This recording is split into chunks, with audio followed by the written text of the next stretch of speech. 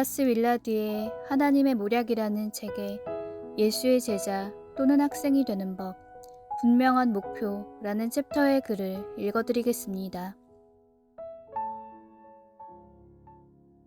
주요 목표로 삼아서는 안 되는 4가지. 그리스도를 닮기 위한 교육 과정을 정확히 세우려면 성취할 주요 목표와 더불어 피해야 할 사항을 분명히 알아야 하는데, 흔히 주요 목표로 오해하는 4가지 요소는 진정한 목표가 아닌 부수적인 사항들에 불과합니다. 첫째는 특정 상황에서 예수의 말씀에 외형적으로만 동조하는 것이고, 둘째는 정확한 교리를 완벽하게 고백하는 것이며, 셋째는 교회 활동이나 외적인 종교 행위에 충성을 독려하는 것이고, 넷째는 특별한 마음의 상태나 황홀한 체험을 추구하는 것입니다. 가시적인 교회를 지배해온 이 4가지 강점들은 내면의 자아가 변화되면 적절하게 자동적으로 따라오는 좋은 것들이지만, 그 자체가 결코 내면의 변화를 만들어내지는 못하며 일상적으로 듣고 행하는 자들을 배출하는 인격적 성장 과정을 제시하지도 못합니다. 오히려 이것들이 주요 목표가 될 때 인간의 마음과 영혼을 짓눌러 입술로만 존경하는 편협한 율법주의자와 신학 전문가를 만들어내고, 영혼의 짐을 지워 그리스도를 닮는 일을 극도로 어렵게 만들 뿐이므로 인간의 마음밭을 훨씬 깊이 기경하는 본질적인 변화에 초점을 맞추어야 합니다.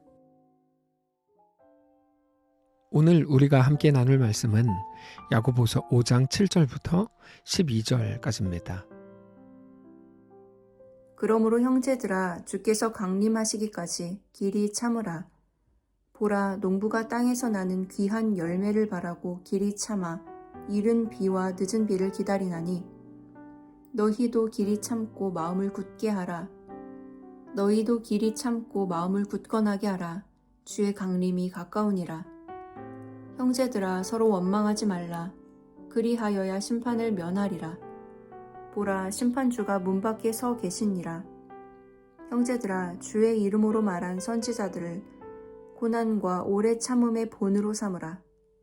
보라, 인내하는 자를 우리가 복되다 하나니, 너희가 욥의 인내를 들었고 주께서 주신 결말을 보았거니와, 주는 가장 자비하시고 긍휼히 여기시는 이시니라. 내 형제들아, 무엇보다도 맹세하지 말지니 하늘로나 땅으로나 아무 다른 것으로도 맹세하지 말고, 오직 너희가 그렇다고 생각하는 것은 그렇다 하고 아니라고 생각하는 것은 아니라 하여 정죄받음을 면하라. 아멘.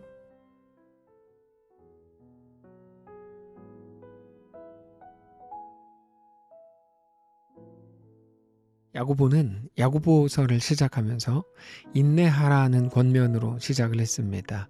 야고보서 1장을 보시면, 내 형제들아, 너희가 여러 가지 시험을 당하거든 온전히 기쁘게 여기라. 이는 너희 믿음의 시련이 인내를 만들어내는 줄 너희가 알매라.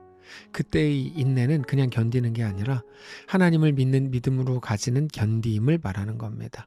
소망 때문에 가지게 되는 자연스럽고 넉넉한 견딤이죠. 다시 말해서 그때의 인내는 하나님을 기다리는 겁니다. 결국 성도에게 요구된 모든 인내는 하나님을 기다리는 그 기다림을 말하는 겁니다. 그런데 모든 인내, 하나님을 기다리는 기다림에는 한 가지 특징이 있는데, 그건 고난을 감수한다는 것입니다. 그래서 오늘 본문에서도 고난 중에 인내하라고 말씀하십니다. 7절에. 그러므로 형제들아, 주께서 강림하시기까지 길이 참으라. 보라, 농부가 땅에서 나는 귀한 열매를 바라고 길이 참아 이른 비와 늦은 비를 기다리나니. 그런데 인내하고 감수하는 것은 아주 분명한 이유가 있는 기다림입니다. 땅에서 나는 귀한 열매를 알기 때문입니다. 농부가 씨를 뿌리면 그 씨가 언젠가 이른 비와 늦은 비를 통해서 싹이 나고 열매를 맺는 것처럼 이 고난을 통해서 열매를 맺게 될 것을 바라는 겁니다. 그리고 7절에 나오는 그 땅에서 나는 귀한 열매가 바로 예수님의 다시 오심이라고 하는 소망입니다. 그래서 8절에서 이렇게 말씀하십니다. 너희도 길이 참고 마음을 굳건하게 하라. 주의 강림하심이 가까우니라. 결국에 우리가 오늘 고난 가운데에서도 그 모든 일들을 감수할 수 있는 이유는 우리 예수님께서 이 땅에 다시 오실 것을 믿기 때문입니다. 그 예수님의 다시 오심이 우리의 가장 강력한 상급이라고 말씀하시는 겁니다. 그게 우리의 기다림의 이유가 되는 겁니다. 우리 예수님께서 이 땅에 오셔서 우리의 죄를 대신 담당하시고 십자가에 죽으셨습니다. 그러나 3일 만에 죽은 자들 가운데에서 다시 살아나셨습니다. 그렇게 부활의 첫 열매가 되셨습니다. 부활의 첫 열매라는 말은 우리도 한 번 죽지만 예수님처럼 부활한다는 말입니다. 그래서 모든 성도들은 우리 예수님께서 이 땅에 다시 오실 그 날을 늘 고대하는 겁니다. 이 땅에는 소망이 없지만 오직 다시 오실 예수님만 우리의 소망이 되시는 겁니다.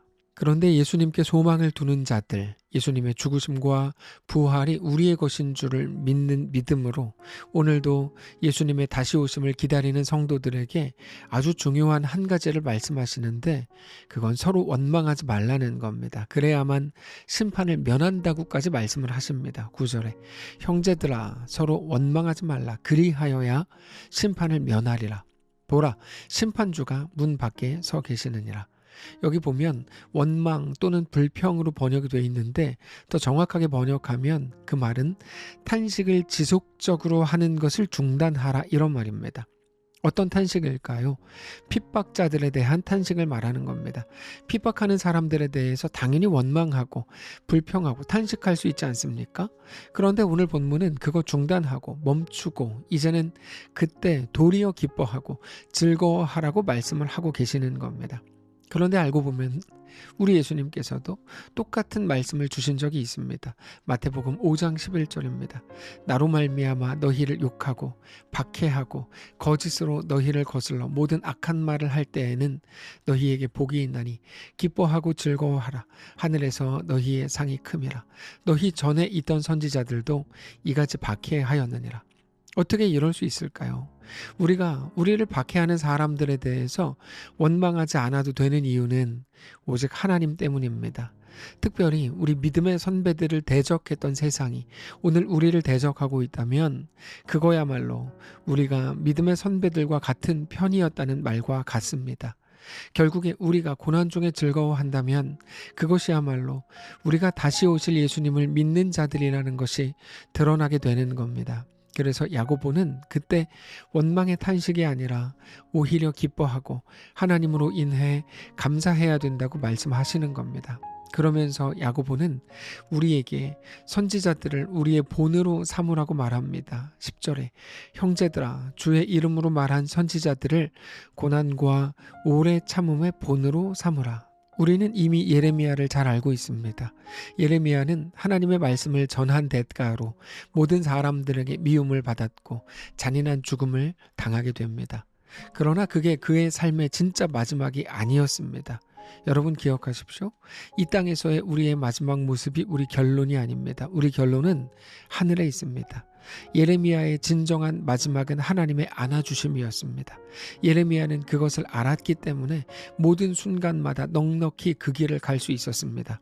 물론 잘 못 갈 때도 당연히 많았죠. 그러나 하나님께서는 그가 지칠 때마다 그를 찾아가셔서 위로하시고 그 길을 걸을 수 있게 하셨습니다.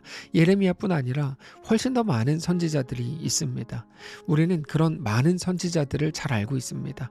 야고보는 그 중에서도 욥을 우리에게 소개합니다. 11절에 보라 인내하는 자를 우리가 복되다 하나니 너희가 욥의 인내를 들었고 주께서 주신 결말을 보았거니와 주는 가장 자비하시고 긍휼히 여기시는 이시니라. 욥에 대해서는 우리가 잘 알고 있습니다. 욥이 완전한 건 아니었습니다. 그러나 욥이 당했던 고난은 말할 수 없이 무거운 것이었습니다. 야고보가 욥을 이야기하는 것은 그들이 자기들의 현실 속에서 예수를 믿는 자들로 선다는 건 욥의 고난을 떠올려야 할 정도로 만만치 않은 일이었기 때문입니다. 그럼에도 그들의 어떤 현실의 어두움을 뒤덮으실 우리 하나님을 바라볼 때 그 모든 현실 속에서도 신실한 성도로 설 수 있다고 말하고 있는 겁니다. 그러면서 야고보는 갑자기 맹세를 말합니다. 맹세하지 말라 이렇게 말하죠. 12절에 내 형제들아 무엇보다도 맹세하지 말지니 하늘로나 땅으로나 아무 다른 것으로도 맹세하지 말고 오직 너희가 그렇다고 생각하는 것은 그렇다 하고 아니라고 생각하는 것은 아니라 하여 정죄 받음을 면하라. 이 맹세는 생사를 가르는 그렇게 중요한 의미에서의 법정에서의 맹세가 아니라 순간을 넘기기 위해 가볍게 남발하는 맹세를 말합니다. 지금도 그렇지만 오늘 본문 시대의 사람들은 아주 많은 경우에 쉬운 맹세를 했었습니다. 그런데 사람들이 맹세하는 이유는 어떤 것도 확실하지 않기 때문입니다.